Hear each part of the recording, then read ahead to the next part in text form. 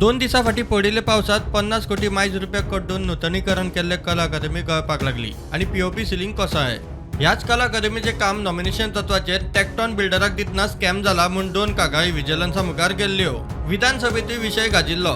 Nomination तत्वाचेर दिल्ले काम सारखे आसा काय ना ते पळोवपाक सरकारान 3 वांगड्यांची समिती नेमिल्ली। त्या समितीचो अध्यक्ष आर्किटेक्चर कॉलेजीचो डॉक्टर आशिष रेगेन चौकशेक सुरवात केलीच ना। पीडब्ल्यूडी कडच्यान डॉक्युमेंट लेगीत मागून घेवंक ना। मार्चात तो निवृत्त जालो। सरकारान आता उदका स्रोत खात्याचो मुखेल अभियंता प्रमोद बादामीक अध्यक्ष केला। 11 जानेर 2023 दिसा मुख्यमंत्र्यान समिती नेमपाक मान्यताय दिल्ली। आर्किटेक्चर कॉलेजीचो प्राचार्य डॉक्टर आशिष रेगेक समितीचो अध्यक्ष केल्लो। जीईसीचो प्राध्यापक डॉक्टर केजी गुप्ता, जीएसआयडीसीचो जीएम संदीप प्रभू चोडणकार वांगडी। पयल्यो 2-3 बसका प्रवास भत्तो चौकशेचे बसपाचे सुवातीचेर चर्चा करपाकूच गेल्यो। जीएसआयडीसीचे कचेरेत बसून चौकशी सुरू करपाचे थारले। ते उपरांत अध्यक्ष डॉक्टर आशिष रेगेन समितीची बसकाच आपोवंक ना। वांगड्यांनी रिमाइंडर दिवन लेगीत अध्यक्ष बसका आपयनाशिल्लो।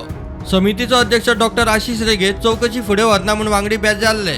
दोन्ही वांगड्यांनी डिसेंबर म्हयन्यात सरकाराक लेखी सगळो प्रकार कळयलो। मार्च महिन्यात आशिष रेगे आर्किटेक्चर कॉलेजींतल्यान निवृत्त जालो।